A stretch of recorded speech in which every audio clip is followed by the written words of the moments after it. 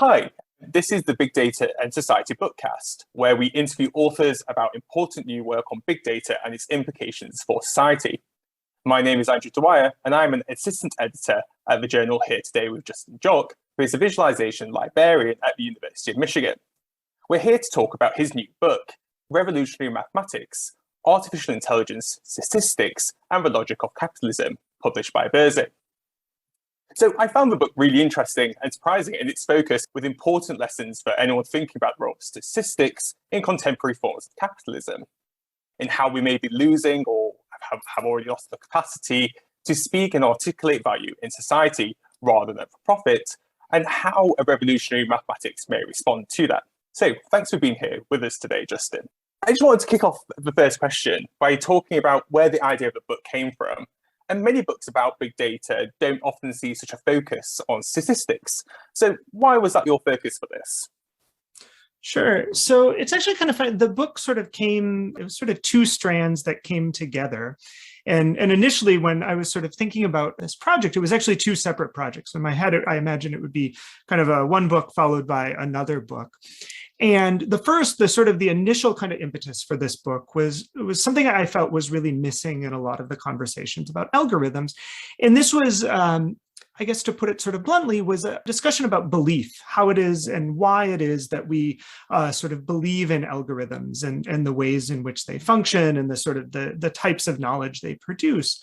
Because I've been really struck by a number of examples of algorithms that either, don't work and then we're stuck sort of dealing with the consequences of them, or algorithms that are designed explicitly to hide things or obfuscate things. So to give just really quickly an example of each. So when I remember I was listening to public radio a number of years ago, and they were talking about Square, which is this little thing that you plug into a phone or an iPad, and then vendors can process credit cards. And they were saying that they were interviewing all these vendors who had been algorithmically, it was detected that they thought they were defrauding the system. So then their accounts were shut down and they were left with no ability to process credit cards. And there was no person they could talk to try to get it sorted out or anything. And so, just thinking about these examples where these algorithms sort of have this almost kind of juridical function, making these decisions, and there's no sorts of appeal. But then to give an example of this sort of second kind, I think of Project Greyball, which was this project that I mentioned in the book by Uber, and it was designed to algorithmically detect when government regulators were using the app and essentially hide rides from them so that they couldn't regulate those rides. So I was really interested in sort of these kind of the uses of algorithms, either to make these decisions and remove humans from the loop in appealing things, and then also to just straight up hide and obfuscate and dissimulate.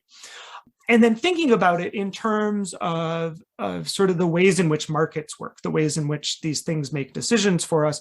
And I'm sure we'll have more chance to talk about this, but in this kind of this Marxist vein of just the ways that sort of decisions are made on our behalf and that we sort of have to conform to them. So I was interested in thinking about belief and these kinds of things in relation to algorithms. And then the sort of second project that I was interested in picking up after this was I was really interested in this shift from frequentist statistics to Bayesian statistics. And this is something that, we've been talking about in information science for a long time and thinking about replication in the sciences. And so I thought I would delve into that a little bit later. But then as I was working on the first project, thinking about belief, I thought, well, so much of sort of what typifies that shift from frequentism to Bayesian statistics is thinking about probability and statistics in terms of personal belief. And so I thought, well, maybe I'll just throw in like a little prelude to this next project. And as I started putting it in there, I realized, actually, these are kind of the exact same project coming at it from different perspectives. So thinking about capital and the way in which capitalism and production and these kind of things function as this sort of form of belief. And we have to, sort of think about profit and making money and these kind of things was very intimately tied to the way in which probability and statistics were thinking about belief. And so the two projects sort of came together in this way to sort of think about algorithms and belief and the sort of the metaphysical structures that allow these things to happen, and then happen on their own, the ways in which they sort of, they're structures of belief, but like capital and money, they sort of believe for you in a certain sense, right? You you can believe whatever you want, but at the end of the day, you still have to, pay rent and buy food and these kind of things. And something similar turns out to happen with statistics and probability. You mentioned about Marxist thinking just in your previous answer. And I'm wondering why you chose that to think about our contemporary condition and why you think it's important to approach it through such a lens. Yeah, so one of the things, I think part of it is I have certain, political commitments or leanings. And so I think, I'm interested in Marxism in that sort of sense. But it's something I think in a lot of ways a little bit deeper than that. And one of the things that's always struck me from the first time that I read the first volume of Capital is the ways in which Marx sort of starts with the commodity and talks about the commodity. So I'm really interested in this sort of the structure of objectification that gets picked up later by people like Sonrathel and Moishe Postone. Thinking about, so Sonrathel calls them real abstractions, these kind of, these sort of metaphysical, I guess, for lack of a better term, structures that kind of take on this sort of very real world implications, but don't exist in real things. So for example, one of the things I've always appreciated when Marx talks about value, he says at some point, right, that there's nothing that no advances in chemistry could ever allow a chemist to come up with a way to detect value, through some sort of test or something like this. And so I think there's something really fascinating going on in the sort of the structures that Marx and later people developed about how belief functions, how these systems sort of come to account for our affairs. And, at one point he says that they account for our affairs behind our backs, right? Like they work in this certain way. And they start working, and even though they're these social intellectual structures that don't exist in the material reality, that once they start to function, there's you have to sort of follow in their footsteps, and you can't imagine them away because they're these real social structures that we're bound by. And I think that there's something really interesting going on there that I've always found helpful for thinking about what it is that algorithms do. Because it's not just that they're these, like we were talking about before, they're not just these structures for processing and producing knowledge. They really have this metaphysical power to make us kind of believe in them and act as if they are real.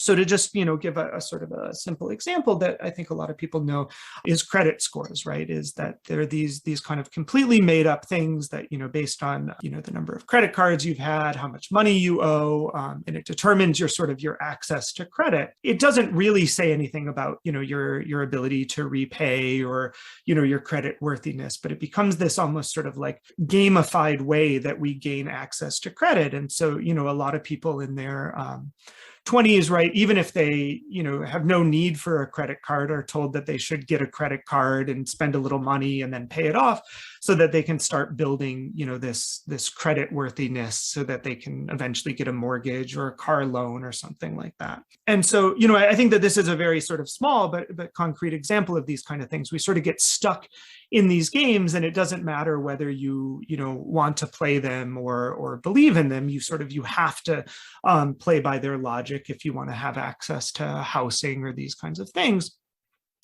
And I think it's a really helpful lens to think through what it is that algorithms are doing, because one of the things I really stress in the book is that less or more than being sort of a way to understand the world, they're these systems that create new worlds that we're then bound by, these metaphysical sorts of systems. And and credit scores are an example, but all these other things, and that then tend to sort of both create but also lock in existing social dynamics of power and racism, sexism, imperialism, these kinds of things. So I think this Marxist category of the real abstraction or objectification becomes an incredibly powerful way to think about what it is that algorithms are doing, and ultimately what it is that statistics are doing as well, because they sort of have this kind of similar structure of, one of the ways I describe it is you can believe whatever you want, but if you want to make rent and buy food, you have to act in a certain way and follow the dictates of capital and probability. Your book in particular gives a really concise kind of introduction to statistics itself from the Cold War to today, one could argue. And I think one of the people who write on the back of the book also say this. What would you say is kind of one of the important things about the move from frequentist to Bayesian ways of approaching the world? Sure. So I think, yeah, this is kind of the sort of second strand that I was talking about, this sort of history that I think is really important for understanding our present moment. And I think in a lot of ways has been really kind of understudied in media studies, especially, and people thinking about algorithms and capitalism. And so to give the sort of the real brief kind of history of this, but I think it's a fascinating history, and it's really one of my favorite parts of the book, is just how sort of dynamic and philosophical these changes that we see sort of from the 1920s through the 1980s roughly. And just to, sort of as a little bit of background before diving into the history, I think it's important to note that one of the really interesting things about statistics and probability is that in a real sort of sense, there is no such thing as probability, at least outside of the kind of the complexities of quantum mechanics, right? You know, it either rains tomorrow or it doesn't, or you flip a coin and it lands heads or tails. It doesn't land 50% heads, 50% tails. And so probability is really, in this sort of very strict sense, a metaphysical structure. It just like we were talking about with capital, you know, there's nothing that a chemist can find in a coin to, you know, tell you what the probability of it being heads or tails is on any given flip. And so there's this sort of extensive kind of, if you look at the literature of statistics, this extensive sort of philosophical discussion of what it means to say that an event is probably, you know, has a certain probability. And so the history really, well, I mean, it starts much earlier, and there are people like Ian Hacking you can read about the sort of the early history. But the sort of interesting 20th century history really starts with this guy, Ronald Fisher, who developed sort of, in a lot of ways, what we know as modern hypothesis testing, and the sort of thing you get taught in a bachelor's level introduction to statistics. And he says, basically, we can understand probability as a long run frequency. So essentially, you flip a coin 100 times, whatever percentage it ends heads, that's the probability that it will land on heads. So a couple of things then are noteworthy about this theory of probability is, first of all, that you can't assign, properly speaking, a probability to an individual event. So the likelihood that someone will win an election, you can't really say that there's a certain probability because you only have one instance and you don't have this long run frequency. The other thing that's interesting about it is that when it comes to sort of hypotheses and scientific testing, what you can say is actually very limited. So in a sort of a proper Fisherian frequentist understanding, if we have two hypotheses, his early work was as doing agricultural work. So we could imagine two fertilizers, and we want to know, if the new fertilizer is better than the old fertilizer. And essentially the way he thinks about the hypothesis is that you say, okay, let's imagine there's no difference between these two fertilizers. And then we say, plants in one field grew a little bit taller than the other one. What's the probability in this imagined world with no difference that we would observe these results? And so you get, the sort of the famous p-value from that. But the really interesting thing is, in a lot of ways, it doesn't actually answer the question. We want to know if the fertilizers are different, not in an imagined world what the likelihood or the probability of seeing these results are. But because of the fact that, as I said before, probability isn't real, we have to sort of kind of sneak around the problem in these kind of difficult sorts of ways. And so these two guys, Jerzy Neyman and Egon Pearson, came along and they said, well, this is really interesting. There's a lot you can do with this, but there's also a lot you can't do with it. And so their sort of suggestion was what they called inductive behavior. And the idea was that you could sort of calculate the economic costs of being wrong in either way. So you could, if we think about the fertilizer, you could say, okay, there's a certain cost if the one fertilizer actually is better than the other one. There's a cost in ignoring that fact. And if the one fertilizer isn't better, maybe one of the fertilizers costs more than the other, there's an economic cost in saying that this is better when in fact it isn't. And so you can, in this very kind of economic sort of way, you can figure out the sort of optimal behavior and even the optimal number of tests that you should run. And so there's this real shift from Fisher to Neyman and Pearson in this sort of the idea that the purpose of statistics is sort of lone kind of heroic scientist in the field can understand the sort of true difference, to this much more economic, version where the idea is, well, we don't really know, we could always be wrong that the fertilizer could be better or worse. But in the end, if we know how much it costs to be wrong in either way, we can figure out the best economic decision. And I get into this a lot more in the book. There were these sort of extensive debates between Fisher and Egon and Neyman and Pearson. And then the interesting historical thing is these philosophically incommensurate ideas of, this sort of economic approach and this less economic, this sort of knowledge-based approach get kind of mashed together in the 60s, in the 50s and 60s, into what is actually taught in a lot of introductory statistics classes and works in a lot of situations, but from a sort of a philosophical perspective doesn't really make a whole lot of sense because the aim of what you're generating in these two systems is quite different. So sort of alongside these debates in frequentism, Bayesian statistics were simmering in the background. A lot of science sort of adopted this frequentist approach and this weird hybridization of the two. But one of the interesting places that Bayesian statistics that actually historically predates frequentism was sort of alive and well was in the insurance industry. A lot of insurance adjusters continue to sort of maintain this Bayesian approach. And while there are sort of different schools of Bayesian statistics, the main one that sort of drove a lot of this. One of the main differences is instead of imagining this kind of long run frequency of 100 coin flips, probability represents instead a sort of subjective belief. So we move from a kind of an objective definition of probability to a subjective one. If I say there's a 70% chance it's going to rain tomorrow, that's a measure of how certain I am that it's going to rain tomorrow. So then there are sort of all of these discussions about exactly how you link this subjective idea to the probability calculus, because one of the problems then becomes, as long as I don't say there's a 0 or 100% chance of rain tomorrow, there's no way that you can falsify that statement, because, even if I say there's a 99% chance of rain and it doesn't, I can always say, aha, this is, we got the 1% chance and, I was right. I said it was 99% and it didn't rain, so it's fine. It turns out that one of the ways in which this is grounded is actually by saying you can look at sort of the exchange of betting contracts and ground it, the probability calculus, from wanting to get good bets on betting contracts.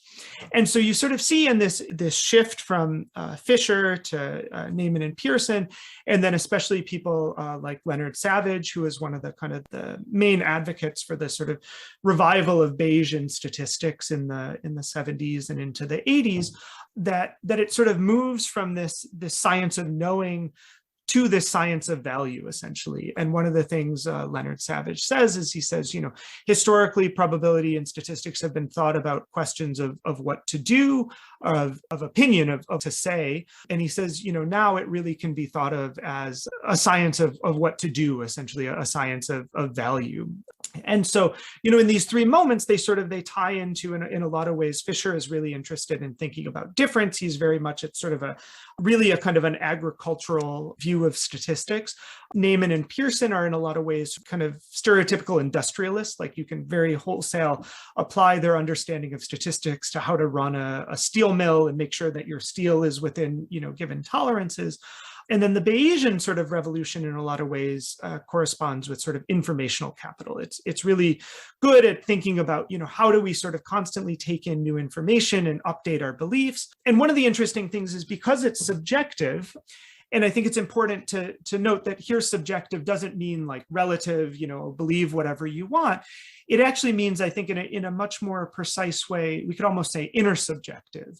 It means that what matters is that there is an agent, let's say, I think an agent is a good term, that can take in knowledge and update their belief and then make the sort of best prediction for where it is they are in a network of information exchange.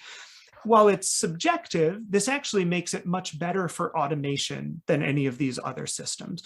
Because if we think about it, not as a believe whatever you want, but as an agent that can make these sort of, rational, as constrained by Bayesian statistics decisions, you can think of the computer as the sort of, in a lot of ways, the ideal Bayesian agent who can take in all these flows of data and constantly update their predictions. So you can think of these things like, the election night needles that jump around as new information comes in.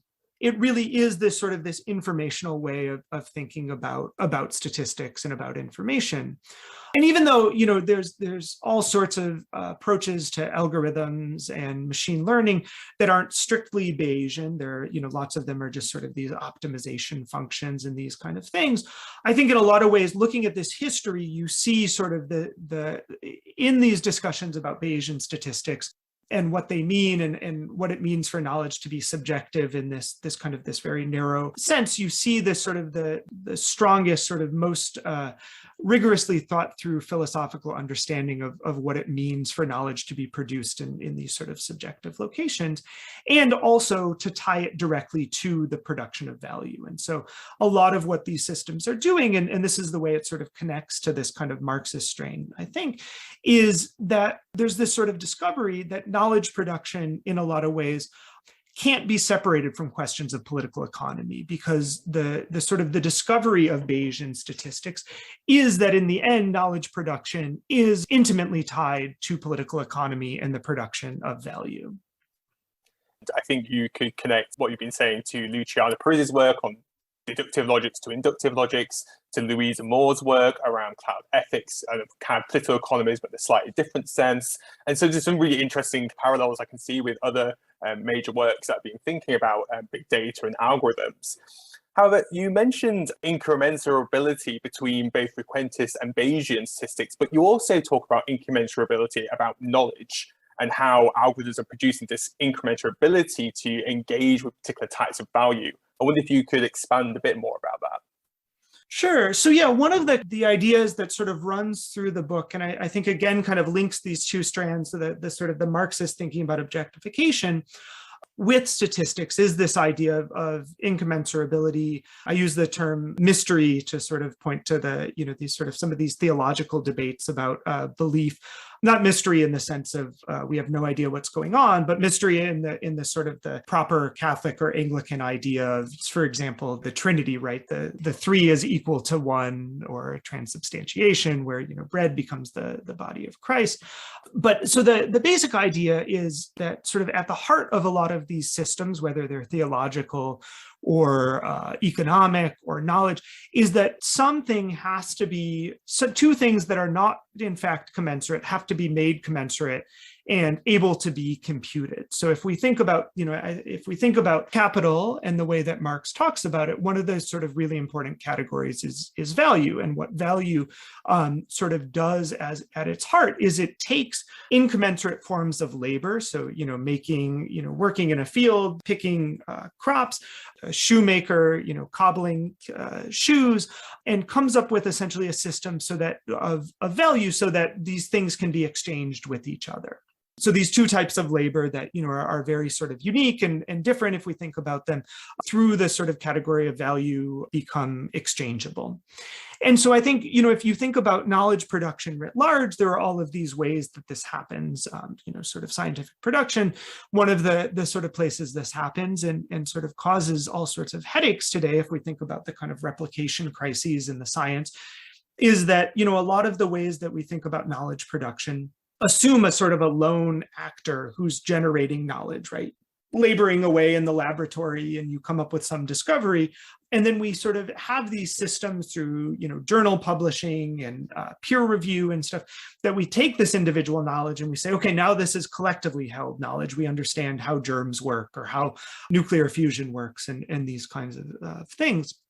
But specifically, if we look at statistics, we see this happening all the time in the ways in which different probabilistic statements about totally different events are made commensurate with each other. You can take the probability that it's raining, and you can also take the probability that that a coin is going to flip heads, and you have this sort of this system that I think in a lot of ways is analogous to what happens with capital, that allows us to sort of think about these things that are really disparate in ways that can be exchanged and made commensurate.